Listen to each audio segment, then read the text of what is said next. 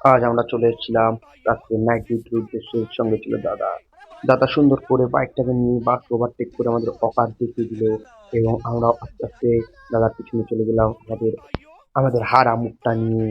তারপর দেখলাম এখানে সুন্দর সুন্দর কাঠিরা সুন্দর করে ড্যান্স করে ঠাকুর নিয়ে চলে যাচ্ছে বিসর্জনের জন্য।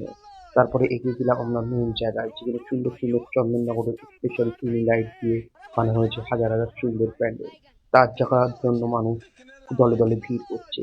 তারপরে এলো সেই চন্দননগরের স্পেশাল ফুটবল, যেখানে আমাদের তাপস কাকুর স্মৃতিগুলো বন্ধী রয়েছে এবং এলোমেলো হয়ে ঘুরছে। তারপরে এগিয়ে আসলাম সামনে, যেখানে ছিল শুধু ব্যানার, আর ব্যানারে লেখা ছিল টোটো কেনো এবং নিজের ভবিষ্যৎ গড়ে তোলো।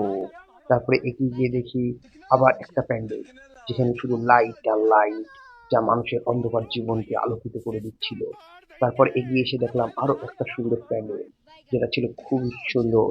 এবং তারপরে এগিয়ে আসলাম সামনে। সামনে এসে দেখি হাজার হাজার মানুষ ফ্রি বিরিয়ানি খাওয়ার জন্য 100 কিলোমিটার দূর থেকে লাইন দিচ্ছে। তারপরে তাদের মনোরঞ্জন করার জন্য এখানে বানানো হয়েছে স্টেজ, যেখানে হবে সুন্দর নাগিন ড্যান্স। নাগিন ড্যান্স পার করে চলে এলাম আমরা পান কাকুর সুইট পান খেতে, যেখানে আমাদেরকে জিজ্ঞাসা করে চুল লাগিয়ে কাকু হাজার জিনিস দিয়ে আমাদের মুখে ভরে দিল সেই চুনার লাগানো পান। যেটা খেয়ে যেটা খেয়ে আমাদের মনে পড়লো কিভাবে সে আমাদেরকে চুনা লাগিয়েছিল। তারপরে চলে আসলাম বাড়ির উদ্দেশ্যে, যেখানে আমরা দেখি তিন বন্ধু প্ল্যান করছে কিভাবে তার গার্লফ্রেন্ডকে বাড়ি থেকে তুলে আনা যায়। এভাবে চলে এলাম বাড়ি।